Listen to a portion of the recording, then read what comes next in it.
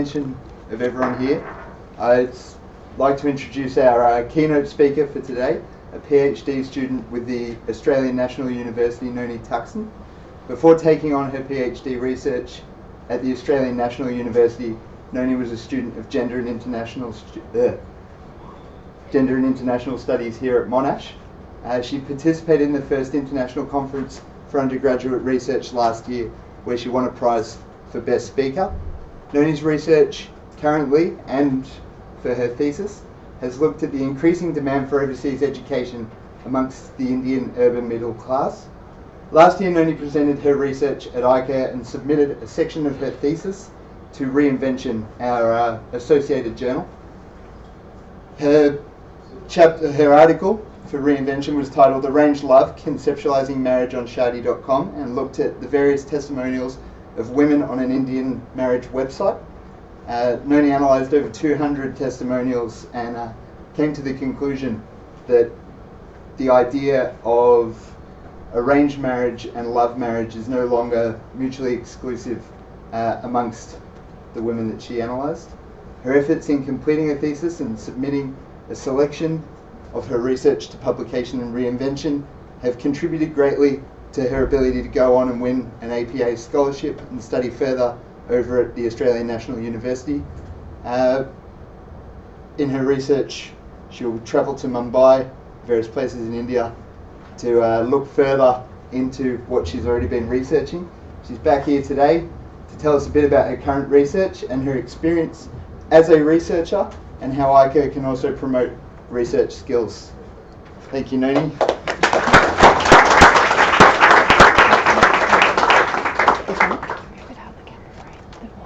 The water, move it. Oh, I see. I'll have one of those. Yes. Yeah. I'm sure I'll get a sore throat halfway through this. So thanks, Josh, for the generous introduction, and thank you to the organisers for the opportunity to speak at ICUR again this year. It's truly a privilege to speak to so many faces, some of which are familiar, which is nice too. Before I begin, I'd like to note the dedication of the organising committee. I have but an inkling of how much hard work and sort of months of effort has led to today, and it's great to see it growing as an event. The expansion in scale of this conference between 2013 and 2014 is truly astonishing. Last year we greeted colleagues at the University of Warwick in the UK, as well as fellow Monash students. I'm not going to be able to clip it. Or stand right here. Okay.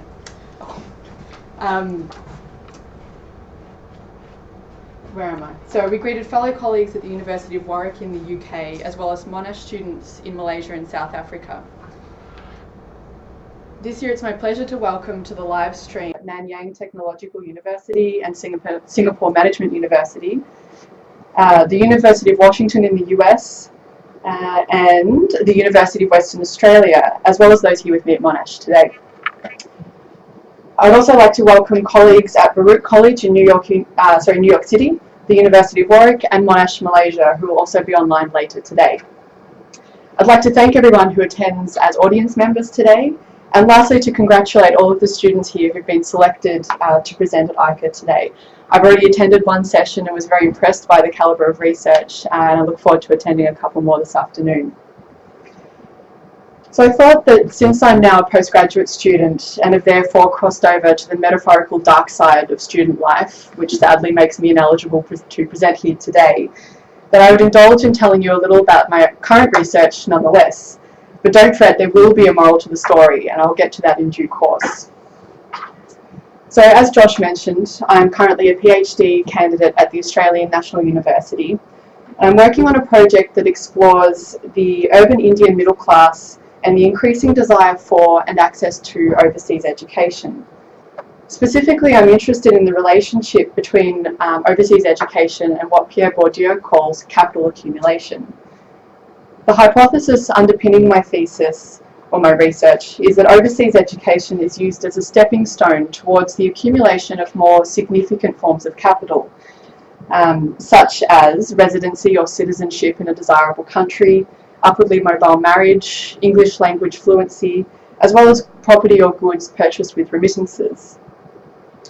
Arising from this hypothesis, I plan to explore two central research questions. First, what is the perceived value for studying abroad for the urban Indian middle classes? And second, how does overseas education interact and overlap with other markers of class? In this context, I hope to explore the risks that people are willing to take in order to obtain said valuable forms of capital by studying overseas, as well as the industry that has evolved in recent years to facilitate the rising Indian middle classes' pursuit of these socio-cultural and economic advantages. Next week I'll be in Mumbai, as Josh mentioned, conducting interviews with education agents, students and the families of students. I'm not sure what's caused me more fits of panic in the past month, the prospect of my fieldwork being a complete failure or making this keynote presentation, which I'm a little bit shaky. So when I talk about my research, people often say to me, but Nonie, you're so white. How did you end up with this research topic? This is a perfectly valid question, I suppose, but I think that the answer strikes at the core of some of the central influences that underpin my experiences and motivations as a student researcher. The answer also speaks to what it can mean to be a researcher in our contemporary world, where we can be inspired by our surroundings and should be conscious and critical of the processes that underlie our social, cultural, political and economic surroundings. So the answer to the question is as follows. My parents went on their honeymoon to India. And no, I was not conceived there. That would be far too easy. But when I was growing up, all the cool stuff in our house was from India, and on the rare occasions that we got takeaway food, it was butter chicken and garlic naan from Sharma's family restaurant. Fast forward a few years, when I was in my first year of university, I got a waitressing job at my local Indian restaurant.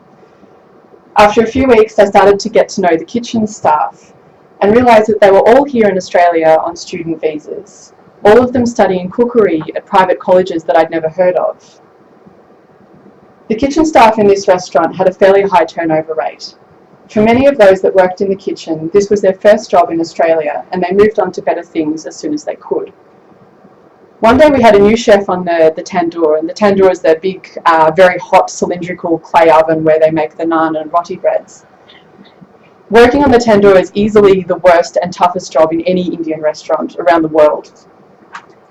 So this new chef's name was Libby. He was generally a pretty happy guy too. Libby slaved over the tandoor every night for months and attended cookery classes during the day, spending hours on the train and bus travelling from one end of Melbourne to the other. For the first month or so, Libby's arms were covered to his elbows in nasty burns, which is a hazard of learning to stick the naans on the wall of the 300°C tandoor oven with bare arms.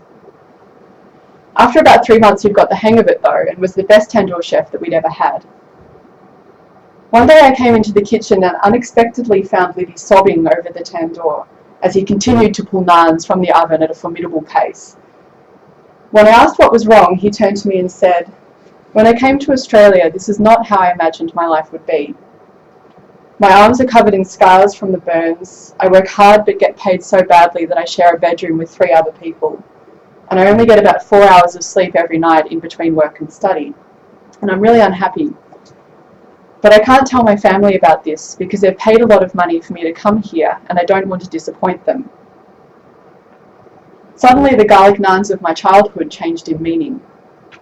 This was the first deep insight that I had into the experiences of Indian students in Australia, and from this day forward I've been interested in their stories. Soon after my conversation with Libby, my boss from the restaurant asked me to work in the private vocational college that he'd just set up, which offered certificates and diplomas to international students for a tidy sum, almost all of whom came directly from India in this case. In the mid-2000s, changes to Australia's immigration policy were creating a big business for these small private colleges. To cut a long story short, back then, the easiest way for young people from India and other developing countries around the world to migrate to Australia was to obtain a student visa, complete a course here in a specific trade. Among the most popular were hairdressing, cookery and auto mechanics. And with enough work experience, this could result in permanent migration through the skilled migration pathway. This is also a very common trend in Canada and New Zealand. So during my 5 years at the college, I processed enrolments, taught English, and ultimately became the compliance manager, which meant that I interfaced between the college, the government bodies that run and regulate the industry. It was here at this college with about 600 students that I learned about the well-oiled machinery surrounding students like Libby. Libby is one of hundreds of thousands of students from India who've sought tertiary education in Australia, and one of millions from India who've gone abroad to study in recent years. By working at this college, I learned that before leaving India, the majority of these students seek advice from an education agent who assists the student in choosing a country, course and college, as well as getting their documents in order. Many of these agents also have complex relationships with other actors in India as well as overseas, that, for instance, can help families obtain significant loans to fund the study, or they can place students in shared accommodation or find them a job in their destination country. In this sense, education agents are one of the key players that oversee the entire overseas education industry. Working at the college for 5 years also meant that I witnessed the complete journey of hundreds of individual students, from when they arrived in Australia, completed their courses and applied for permanent residency, after which many young men from India would return and bring their new wives to Australia, so return to marry and bring their new wives to Australia. During my time at the college, I saw plenty of students succeed in their quest for permanent migration. I also saw many failed attempts, wherein students spent a lot of money on extra courses to extend their visas, lawyers' fees, as well as applications to the Department of Immigration, only to return to India with a set of qualifications that's not valued. You see, someone who is educated in India would not opt to be a hairdresser or a cook. Very few students opted to return home without applying for residency, and in these cases it was usually due to an illness in the family or other unforeseen circumstances. Returning to India permanently was rarely a planned event for the students at this college. The professional experiences that I had at this college, as well as the restaurant, raised scholarly questions for me about the nature of this industry, as well as the risks that individuals and families take when they decide to study abroad. I also started to query what the perceived value of an overseas education is, and the middle class hopes and dreams that are caught up in the procurement of an overseas education. In the contemporary world, education is one of the most common reasons for people to move across borders. Just think, as university students and some staff members here today, how many people do you know that have studied or are studying outside of their home country? Yet surprisingly little academic research explores the nature of this movement, and even less research uses qualitative data to examine this trend. Further, there are significant gaps in the research relating to the pre-departure phase of student migration and the role that intermediaries and families play in promoting and influencing overseas study. In this sense, my research interests are born from both my interactions with the world, as well as by isolating important gaps in current academic discourses. When I engage in scholarly debates as part of my research process, and that's just a fancy way of saying when I'm reading, there are two complementary general principles or tasks that I hold at the back of my mind as I'm looking at other people's work. First, I identify gaps in the existing literature, as well as issues that are attracting discussion within the broader discourse on, say, marriage, on, say, migration or the Indian middle class. Second, I extend this by thinking about what is missing, that is, what's not being discussed and why this might be. Conveniently, this aspect of my own research process also reflects the theme for this year's conference, that is, current research issues and debates in a given discipline. Regardless of your discipline, or whether you're an undergraduate, postgraduate or career academic, engaging in scholarly debates is one of the most important, if not the most important, aspect to fulfill in designing your research. For instance, when I send off my PhD to be examined in a few years' time, the foremost criteria that I'll be assessed on is, has this thesis made an original contribution to relevant debates. The theme of this year's International Conference of Undergraduate Research therefore strikes at the core of what it means and what it takes to be a great researcher. By encouraging students to engage in debates that capture their attention and to pursue their passions, ICUR is an invaluable exercise in promoting undergraduate research skills, which in particular will prove valuable for those who go on to complete postgraduate qualifications.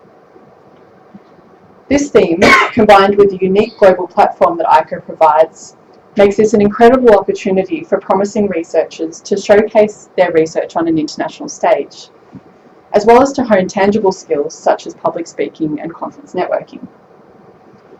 It can be challenging to frame your research in a way that is relevant and interesting to people from outside your own culture. Presenting at ICUR is a chance to refine these skills sooner rather than later. When communicating the insights that you've gained from your research, do so with enthusiasm, conviction, and confidence. There is nothing more inspiring than listening to someone talk about research that they love.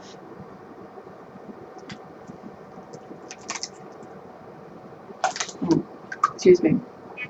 But this is not to say that research or that doing research doesn't come without challenges and setbacks. After completing only half of my honours qualification in 2010, I dropped out of university for a while because I couldn't come up with a research project that I cared enough about to spend a year of my life working on. I had a great idea, but it fell through. So when I was in the final year of my bachelor's degree, working at a different Indian restaurant with a different tandoor chef, I was offered a considerable sum of money to marry one of the chefs, who in return would gain Australian citizenship.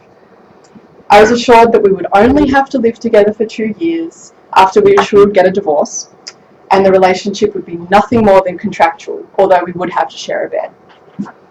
I politely declined this tantalising offer. But it got me thinking, was this something that happened often? I started quietly asking around, and it turned out that it wasn't entirely uncommon for marriages to be arranged along these lines. That is, based on an exchange of money in return for residency or citizenship. A few of my Indian friends had friends who had married under these circumstances. So I thought, great, I've got an in, I've got a way to find participants. I got even more excited when I realised that this trend had scarcely been researched. Then, when I eventually thought to ask my contacts whether anyone would be willing to talk to me about their marriages, I was told that even though everyone knows this sort of thing happens, that no one would speak to me under any circumstances whatsoever. Mostly because this type of marriage is illegal in Australia and participants would risk deportation, but also because it's taboo within the Indian community. This was my first attempt at formulating a research project, specifically formulating a project concerned with a culture that was not my own. And this setback was not something that I had anticipated. Feeling that I didn't have a viable plan B for my honours research, I left university and headed for India. This started out as a holiday, but before long I found myself living and working in Mumbai. By taking time out from my studies and by spending that time in India, I came to know of Shadi.com, the Indian matrimonial website that was the inspiration for my honours thesis, which I also presented here at ICUR last year. To be completely honest, when I finished my honours thesis, I assumed that it would collect dust somewhere, never to be spoken of again. ICUR didn't exist in 2012, and I hadn't contemplated the possibility that I could publish as an undergraduate, as this culture is only just starting to emerge in Australia now. When I presented at ICUR last year, I didn't expect my research to be met with such genuine interest from people with such differing disciplinary backgrounds.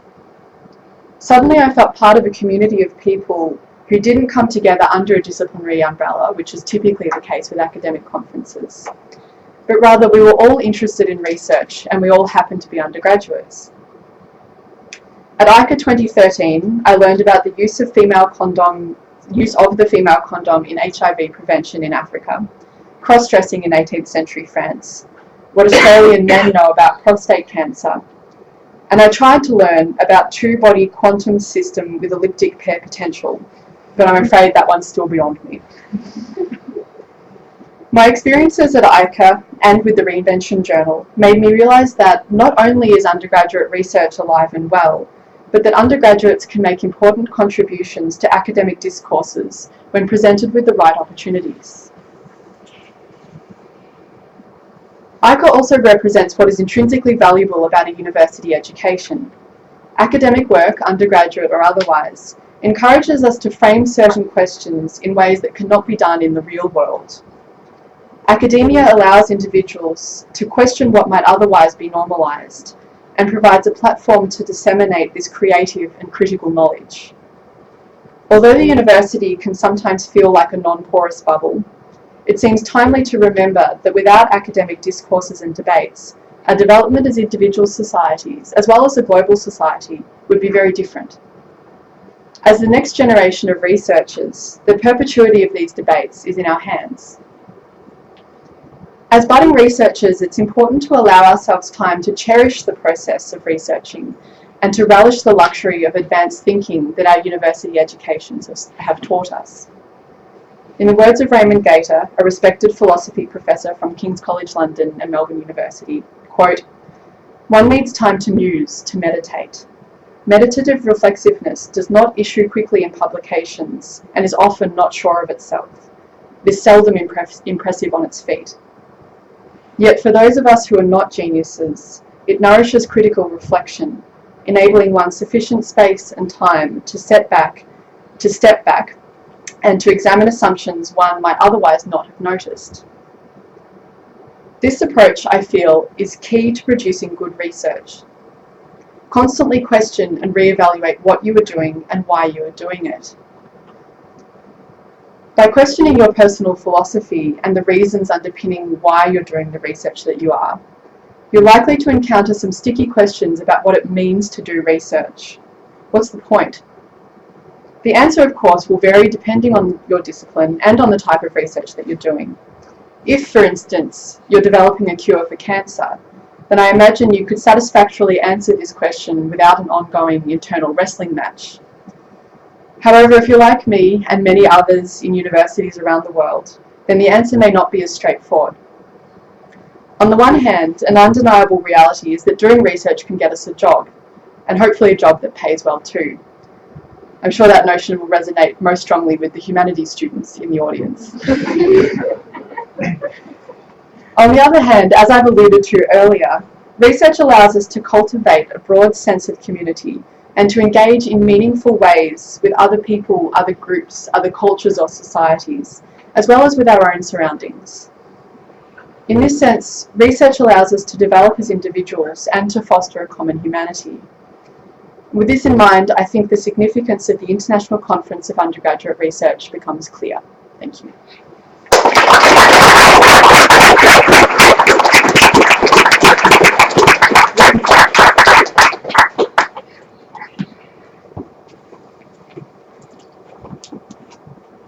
Thank you, Nonie, for your presentation. We're not doing questions, are we? All right. Well, we've got this to present to you. Oh, thank you very much for the seat behind the computer screen.